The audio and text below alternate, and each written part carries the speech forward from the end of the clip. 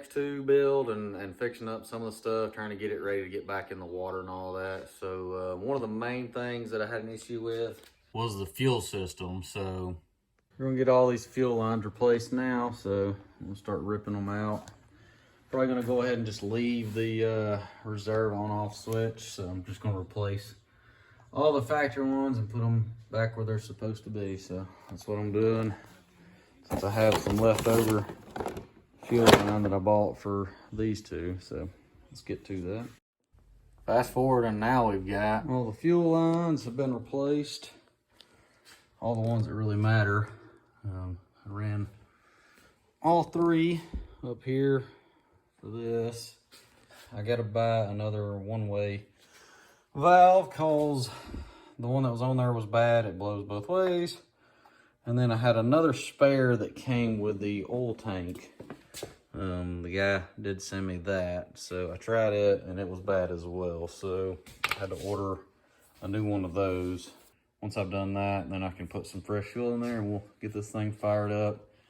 At the moment, I am working on getting the new bars put on there, and I'll probably end up getting this cover and everything put back on now that I've got all those lines installed. So I went and bought me a pair of the Pro Taper bars, kind of like the ones that I put on the Blaster.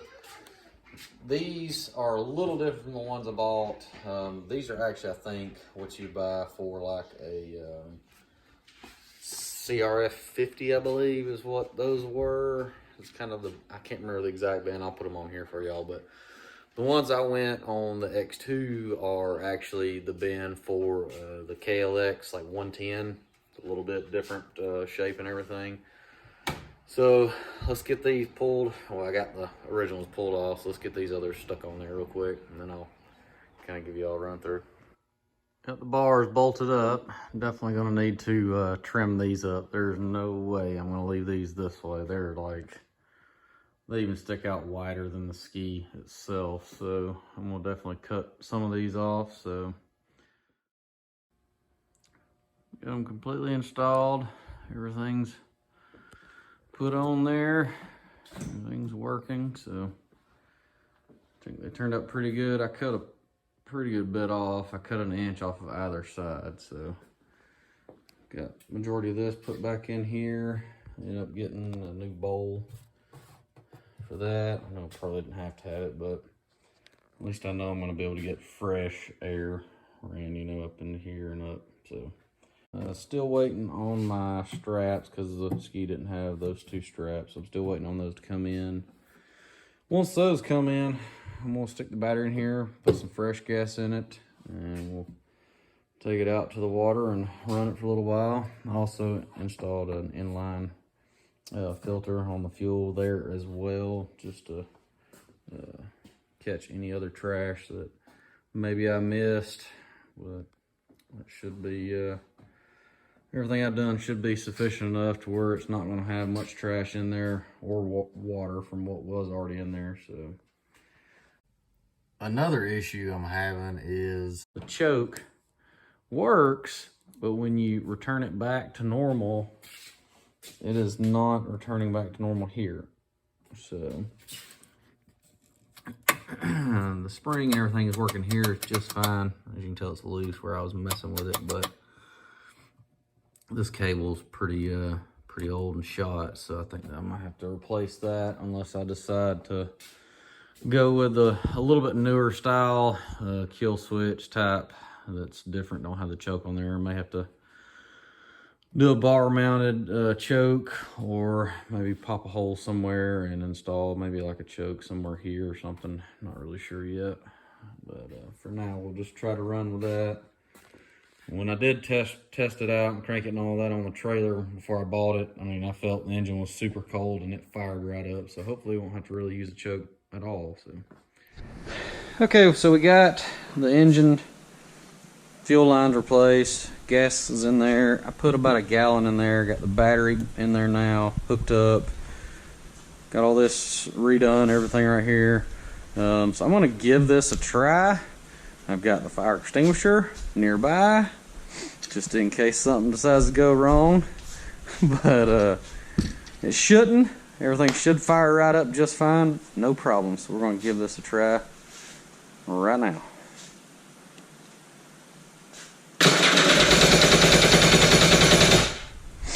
Try this choke.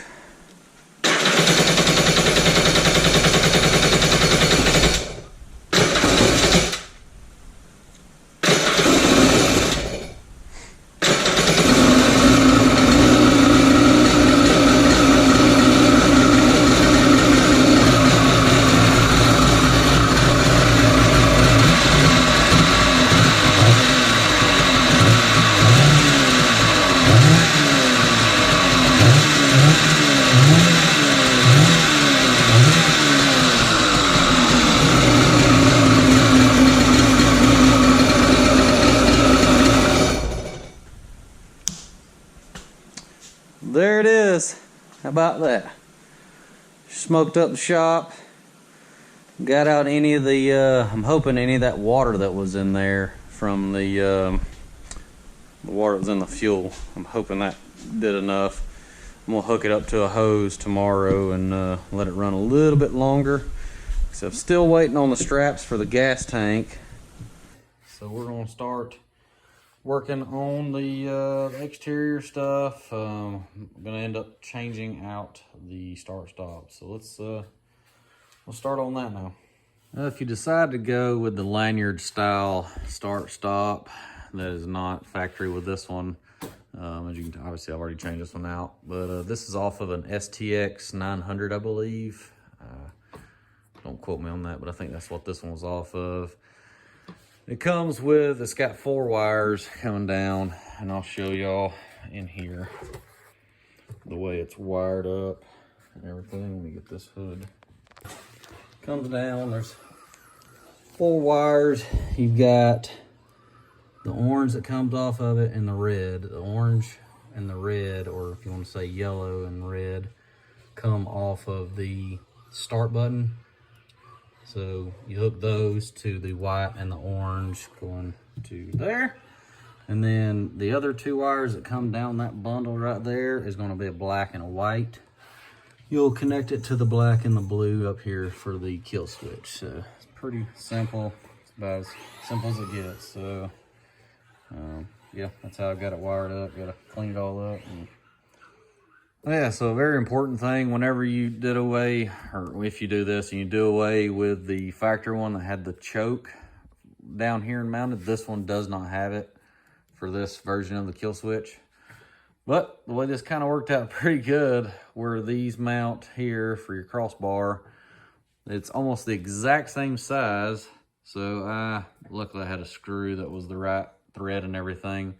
I mounted it right here, so it we still got the original factory choke, and it's in a pretty clean spot. You almost don't even notice it there. So yeah, that's pretty simple little setup there. I mean, you can't even really tell it. Unless you knew, you wouldn't even notice it. So yeah, pretty cool.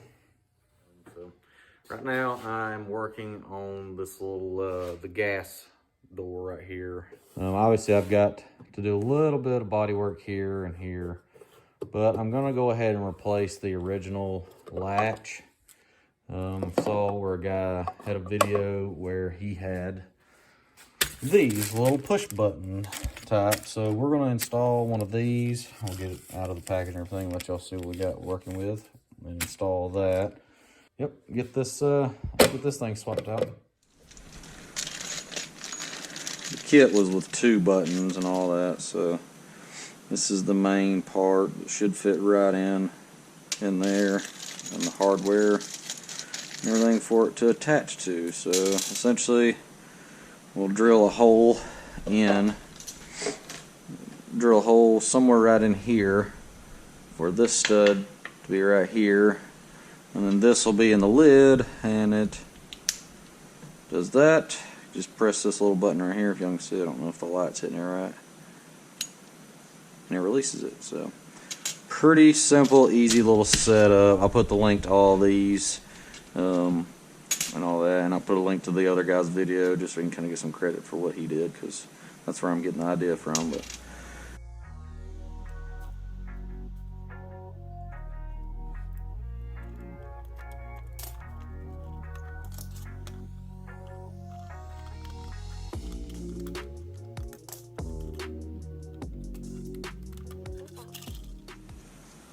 Got a good little original one right there. And supposedly this will fit right in there without any modifications.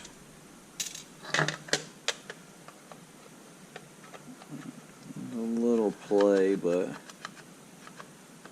you can just kind of shift it to the top maybe. And that'll block off everything, I believe. Yeah, it'll block off everything.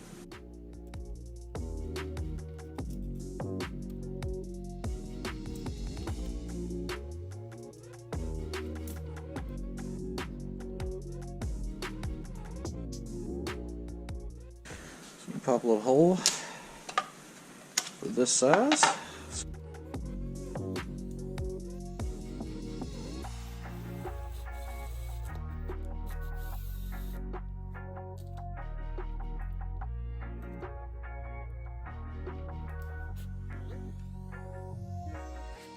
So on this push button release and everything, you need to get, I messed up on the first one I bought, because I think it was 55 millimeter was the length of the threads and everything. I look back on there again, and you can find them, they're 100 millimeter is the ones that you need to get. That'll give you plenty of room to play with and bend and all that. And you can see right here what I had to do is, as you can tell, I put a washer on there. You don't really have to do that. It'll still work. But the lid, and then you can kind of see how I had to bend it back. And then I've bent it back forward to the other direction as well. So it's kind of like a little S, essentially, is what I did. But that's pretty much all you got to do. It's a little offset from this little dot right here. But that's about the best. You can kind of line it up and then just play with that, and it doesn't affect the gas cap, which this gas cap's actually a little bigger than than the factory one, like wider and all that. So yeah, other than that, it worked really well. You just got to kind of play with it and get it adjusted to where you want it. But yeah, the video I saw, the other guy that had made this, he didn't ever really point out what length and all that you needed. He just kind of said how much he paid for it and all that. And then, yeah, got that put on there. So I still have the factory one, but I feel a little safer about this right here. So, yeah, we're on to starting to work on some of the body. I pulled off this factory thing. I'm going to fill in all these holes, and I'm going to go with this kind of, it's the pieces that they sell to put here. I'm just going to put one there. I think it looks pretty clean. And that's the way I'm going to go with that. We got to start on the body work here pretty soon. This is definitely escalated a little quicker than I expected, but oh well. Well, hopefully this video hasn't been all over the place and just everywhere. I mean, that's kind of what I've been doing, though. Unfortunately, I haven't really been doing like one thing, get it done. I've kind of just bounced from one thing to another and all that. So we're slowly getting at it. Just kind of piddling on some little things. I'm probably gonna stick it in the water here in a couple weeks. It's still a little chilly here, off and on, but yeah, we're got some body work to do and some repairs here. Apparently this is very common, but whatever. We'll get to it. Like I said, hope y'all enjoy it. Hopefully this is something y'all are kind of excited to see. I know I'm pretty pumped about it. It's different. It's a different ski. I mean, it's a jet ski. It's not very different, but it's a totally different kind of concept of a ski, this X2 and all that. So trying to decide if I want to try to do away with all of this and everything, but I don't know, maybe since it's technically for the kids, that might make it a little easier for them being able to climb up and reach it. But for now, we're going to start on the body and get everything working on it. Well, I'm going to ride it before I really dive into all the body work and trying to get this thing painted. But for now, we're going to take it to the water and get it going. So probably the next video y'all see of this ski will be when it's in the water and running. So thanks for sticking around, and we'll see y'all on the next one.